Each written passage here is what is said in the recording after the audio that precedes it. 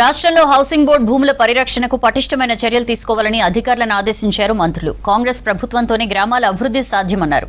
కాంగ్రెస్ బలపరిచిన సర్పంచ్ అభ్యర్థుల్ని భారీ మెజార్టీతో గెలిపించాలని పిలుపునిచ్చారు. మేడారంలో జరుగుతున్న అభివృద్ధి పనుల్లో నాణ్యత లోపిస్తే కఠిన చర్యలు తప్పవని హెచ్చరించారు.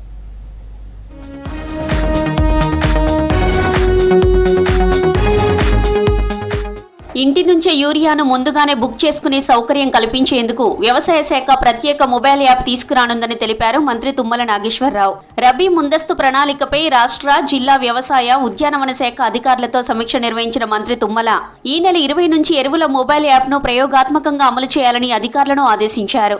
అధికంగా యూరియా వినియోగం వలన జరిగే అనర్థాలను రైతులకు వివరించాలని, పంట కోత తర్వాత అవశేషాలను కాలిస్తే పర్యావరణం, భూమి పరంగా జరిగే పర్యావసనాలు రైతులకు అర్థమయ్యేలా అవగాహన కార్యక్రమాలు చేపట్టాలని సూచించారు.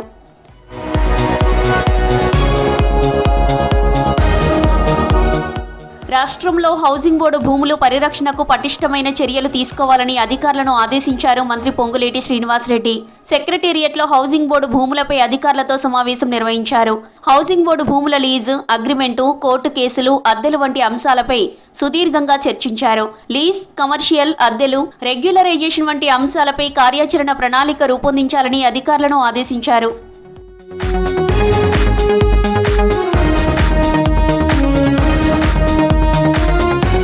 కాంగ్రెస్ సర్కార్తోనే గ్రామాల అభివృద్ధి సాధ్యమన్నారు రాష్ట్ర మంత్రి వివేక్ వెంకటస్వామి.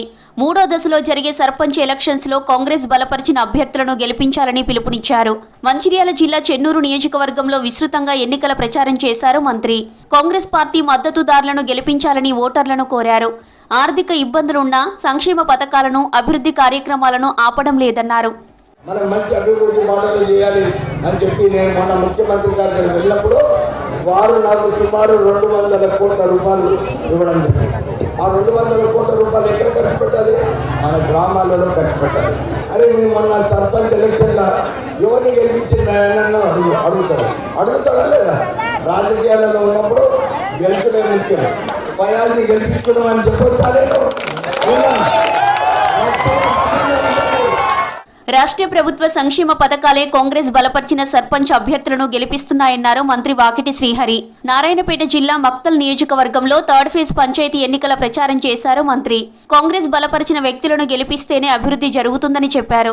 మక్తల్, నారాయణపేట, కొడంగల్ ఎత్తిపోతల పథకం పూర్తయితే ఉట్కూరు మండలం సస్యశ్యామలం అవుతుందని చెప్పారు వాకిటి. ఉట్కూరుకేంచి మక్తల్ గాని, ఉట్కూరుకేంచి నారాయణపేట పోయే రోడ్డు ఈ రోజు 210 కోట్లతో 4 లైన్ల రోడ్డు తీసుకొచ్చి సీఎం గాని ఇనాగరేషన్ చేయించిన. మక్తల్, నారాయణపేట, కొడంగల్ ఎత్తిపోతల పథకం 4500 కోట్లతో ఈ ప్రాంతమంతా ఉట్కూరులో ఉన్నటువంటి 23,000 ఎకరాలకు సాగునీరుని అందించే కార్యక్రమం తీసుకున్నాం. రాష్ట్రంలోని ప్రతి ఊరును అభివృద్ధి చేస్తామన్నారు రవాణా శాఖ మంత్రి పొన్నం ప్రభాకర్. 3వ దశలో జరిగే సర్పంచ్ ఎన్నికల్లో కాంగ్రెస్ మద్దతుదారులను గెలిపించాలని కోరారు. ప్రజాపాలనలో అన్ని వర్గాల అభివృద్ధి, సంక్షేమానికి కృషి చేస్తున్నామని తెలిపారు. భవిష్యత్తులోనూ అనేక సంక్షేమ కార్యక్రమాలు అమలు చేస్తామన్నారు. తప్పకుండా తెలంగాణ ప్రజాపాలన ప్రభుత్వం రేవంత్ రెడ్డి గారి నాయకత్వంలో ప్రతి గ్రామంలో అభివృద్ధి కార్యక్రమాలను చేస్తుంది. కాంగ్రెస్ పార్టీకి సంబంధించి ఈరోజు జరుగుతున్న కార్యక్రమాలు అనేకంగా గ్రామ స్థాయి దాకా వస్తున్నటువంటి అంశం మీరు చూస్తూ ఉన్నారు.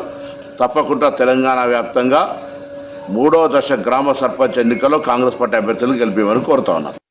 మహాత్మా గాంధీ గ్రామీణ ఉపాధి హామీ పథకం పేరుతో పాటు దాని ఆత్మను, అమలు విధానాన్ని మార్చేలా కేంద్ర సర్కార్ వ్యవహరిస్తుందని మండిపడ్డారు మంత్రి సీతక్క.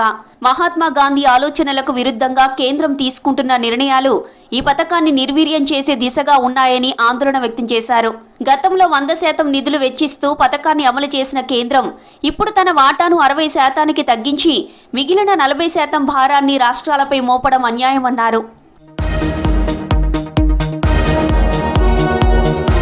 రాష్ట్రంలో గ్రామ పంచాయతీ ఎన్నికలు ప్రజాస్వామ్యయుతంగా, పారదర్శకంగా జరుగుతున్నాయన్నారు రాష్ట్ర ఇరిగేషన్ మంత్రి ఉత్తమ్ కుమార్ రెడ్డి. సూర్యాపేట జిల్లా హుజూర్ నగర్ లో తిరిగి స్థానిక సమస్యలు తెలుసుకున్నారు ఉత్తమ్.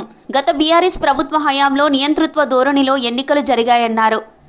వచ్చేసారి కూడా కాంగ్రెస్ ప్రభుత్వం తప్పనిసరిగా తెలంగాణలో ఏర్పడుతుందని చెప్పి మా నమ్మకం, మా విశ్వాసం. ఆ దిశలో మేము పోతున్నామని చెప్పి కూడా చాలా స్పష్టంగా ఉంది. మరి ప్రజలు అభివృద్ధి కోసం కానీ వాళ్ళ సమస్యల పరిష్కారం కోసం ఎవరిని ఎన్నుకోవాలనో వాళ్ళు ఆలోచన చేసి ఓటు వేయాలని చెప్పి నేను విజ్ఞప్తి చేస్తున్నాను. క్రిస్మస్ అనేది ఆనందం, ఐక్యతతో పాటు ప్రేమ, శాంతి, కరుణ సందేశాలను సమాజానికి చాటి చెప్పే పవిత్ర పండుగ అన్నారు మంత్రి అజారుద్దీన్. రాష్ట్ర సర్కార్ అన్ని మతాల పండుగలకు సమ ప్రాధాన్యం ఇస్తుందని చెప్పారు. సెక్రటేరియట్లో నిర్వహించిన సచివాలయ క్రైస్తవ ఉద్యోగుల క్రిస్మస్ వేడుకల్లో పాల్గొన్నారు మంత్రి. తాను క్రైస్తవ విద్యా సంస్థలో చదువుకున్నానని, అక్కడ ప్రతి ఏటా క్రిస్మస్ ను ఎంతో గ్రాండ్ గా నిర్వహించేవారని గుర్తు చేసుకున్నారు. ములుగు జిల్లా మేడారంలో పర్యటించారు మంత్రి సీతక్క. మేడారంలో జరుగుతున్న అభివృద్ధి పనులను పరిశీలించారు. నిర్మాణ పనుల్లో నాణ్యత లోపిస్తే కఠిన చర్యలు తప్పవని హెచ్చరించారు. అంతకుముందు సీతక్కకు ఆదివాసీ సాంప్రదాయం ప్రకారం డోలు వాయిద్యాలతో స్వాగతం పలికారు పూజారులు.